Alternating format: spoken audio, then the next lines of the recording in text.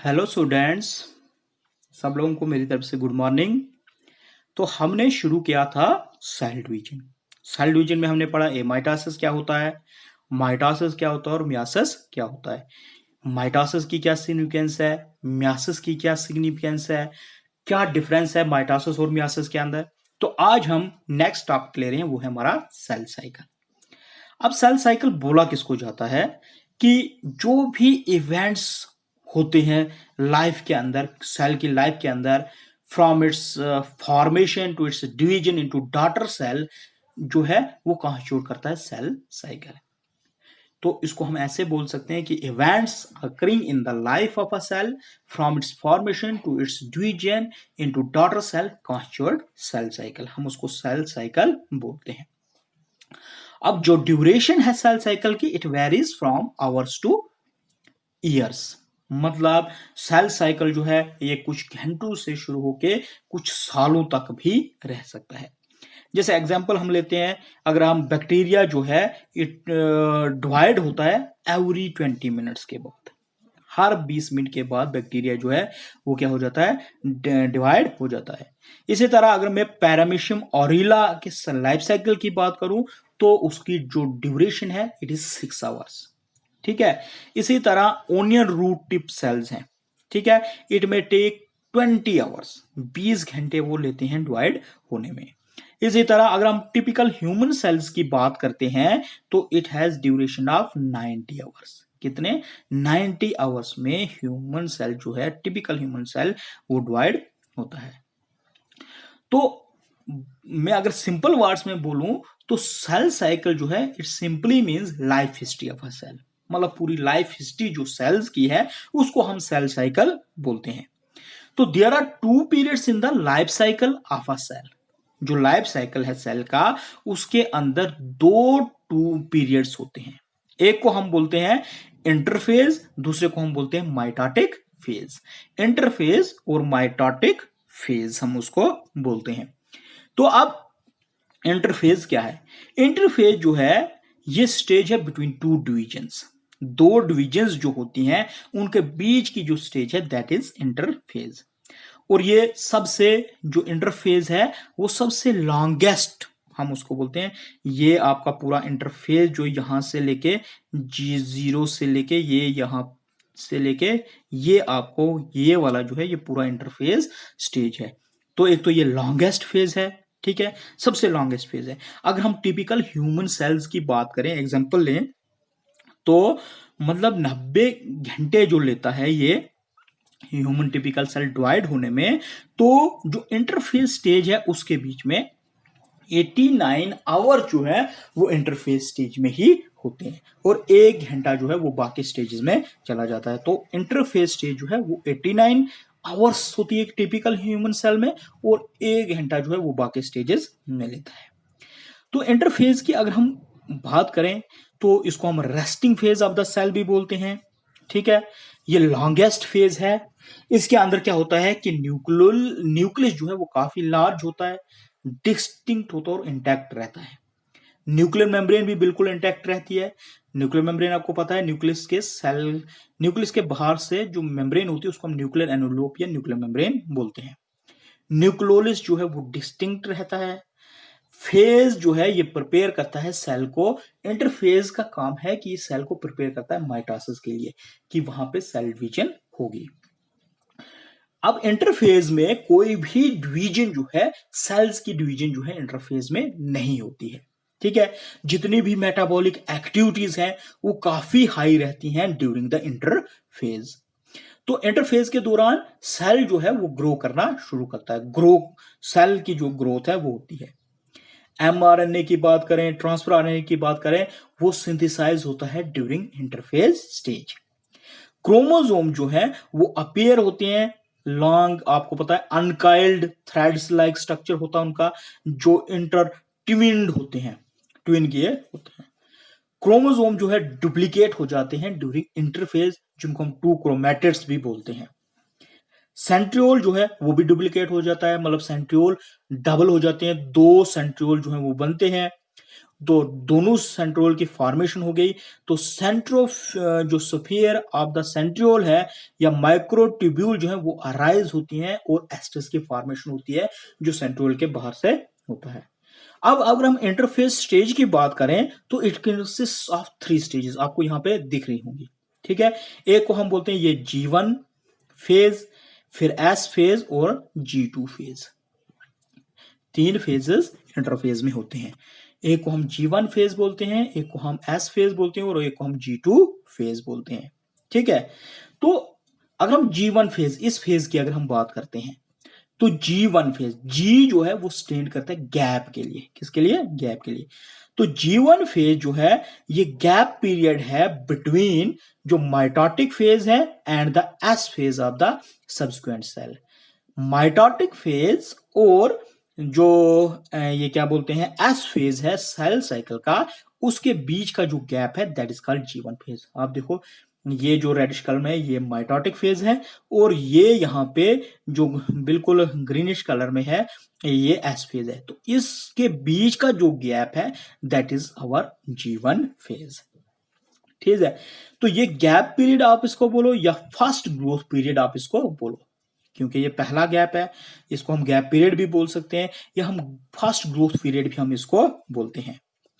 तो period starts immediately after division. तो ये पीरियड कब स्टार्ट होता है? जब डिवीजन होती है। ये देखिए आप माइटोटिक यहां पर डिवीजन होगी, उसके बिल्कुल इमीडिएटली जो है ये पीरियड जो है G1 फेज जो है वो शुरू हो जाता है। इसमें क्या हो जाता है कि डॉटर सेल्स ग्रोथ होती है, ठीक है, इस G1 फेज में, जिससे क्या हो जाता है कि साइज उनका इंक्रीज हो जाता है इस G1 फेज में। कुदरती बात है, जब सेल जो है वो ग्रो करेगा तो इसकी साइज भी क्या हो जाएगा,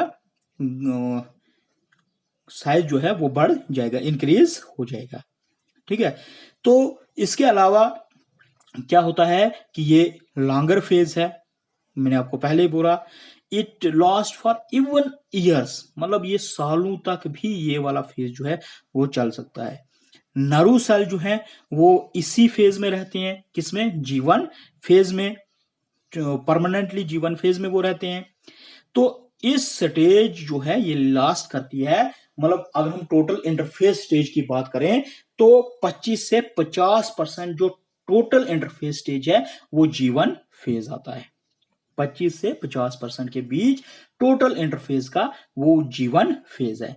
इस फेज के दौरान एक तो क्या हो जाता है, आरएनए है, जैसे आरएनए लीजिए आप, एमआरएनए लीजिए, टीआरएनए लीजिए, या प्रोटीन्स उनकी सिंथेसिस हो जाती है और ये प्रिपेयर करता है फॉर डीएनए की सिंथेसिस के लिए भी यहां पे प्रिपरेशन होती है। डीएनए की सिंथेसिस के लिए प्रिपरेशन कहां होती है?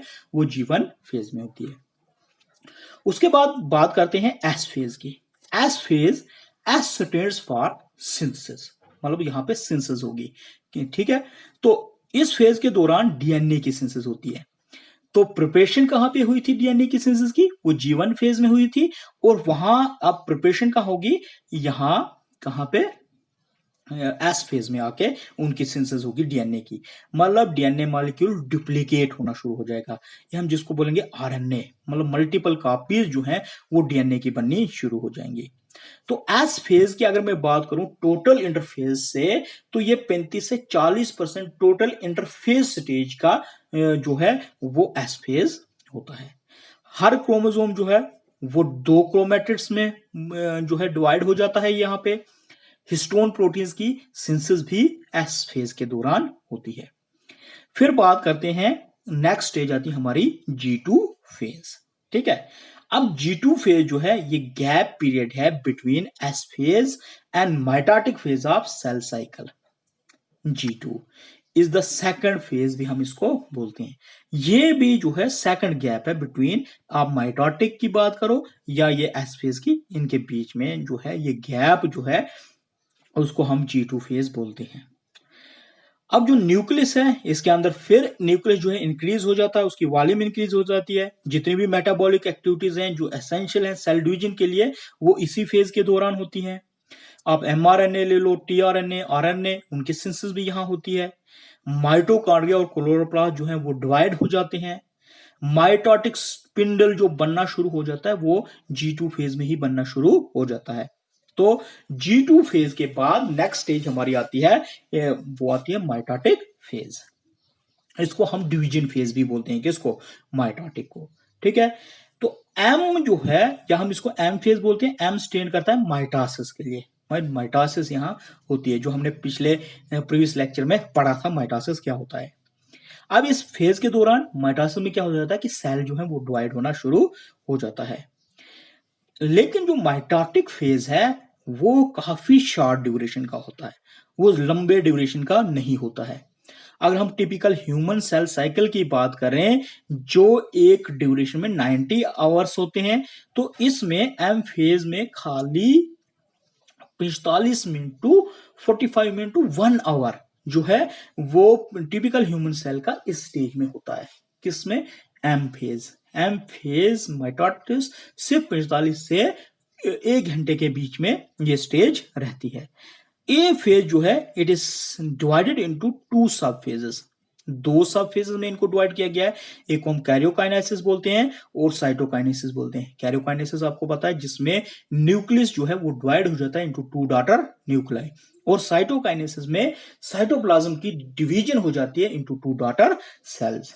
ठीक है, तो कैरियोकाइनेसिस मैंने आपको बोला न्यूक्लियस डिवाइड हो जाते हैं into 2 daughter nuclei cell.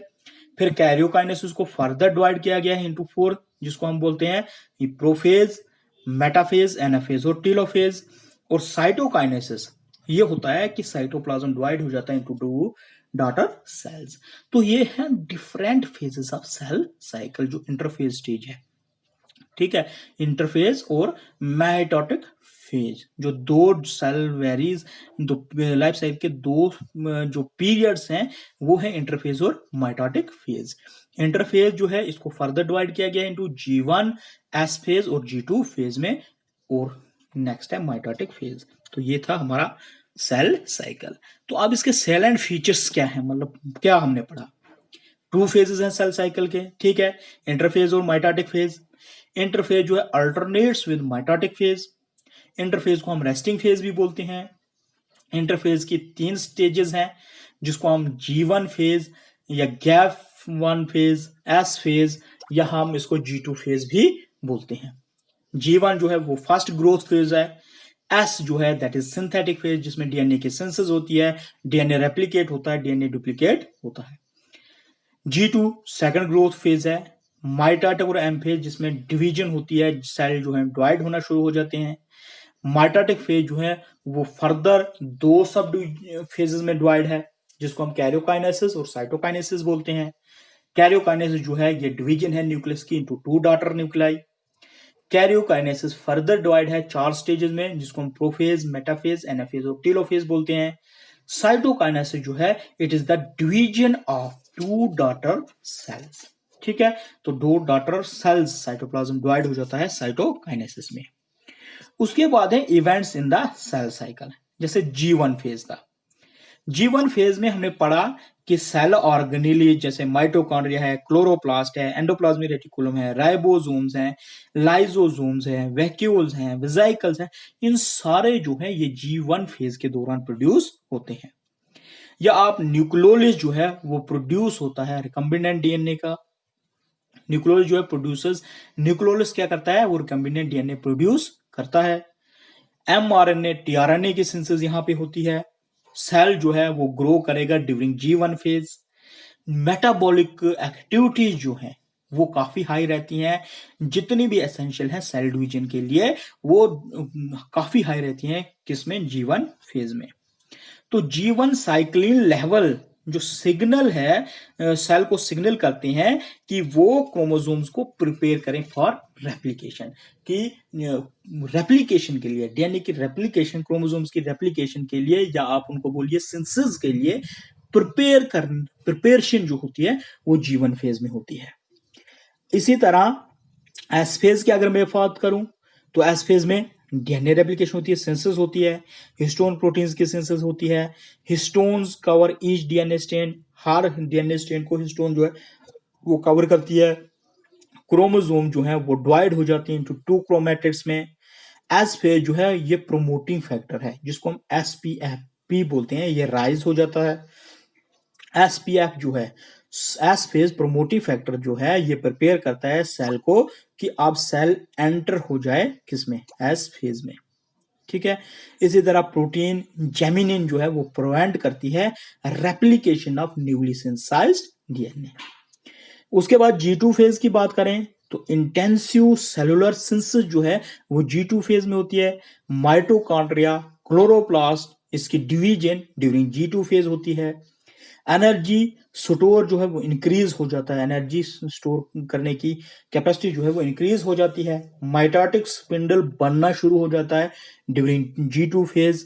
Cyclin ई जो है वो डिस्ट्रॉय हो जाती है, माइटोटिक साइक्लिन वो बनना शुरू हो जाती है। एम फेज की बात करें, इसको हम promoting M phase promoting factor भी बोलते हैं, जो इनिशिएट करता है असेंबली ऑफ माइटोटिक स्टिम, ये इसकी स्पिंडल, ये न्यूक्लियर एनवलप को ब्रेक डाउन कर देता है, कंडेंसेशन हो जाती है क्रोमोसोम्स की during M phase.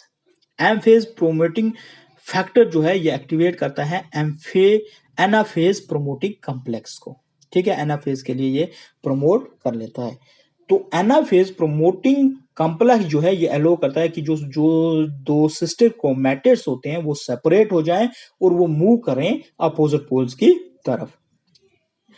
Anaphase promoting complex जो है ये डिस्ट्रॉय करता है साइक्लिन एम को। एपीसी जो है turns on synthesis of G1 cyclins for the next turn of cell cycle.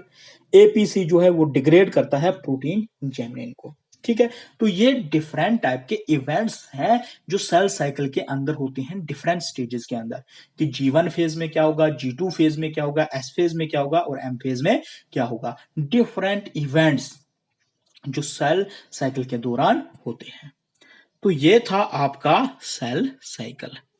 Thank you.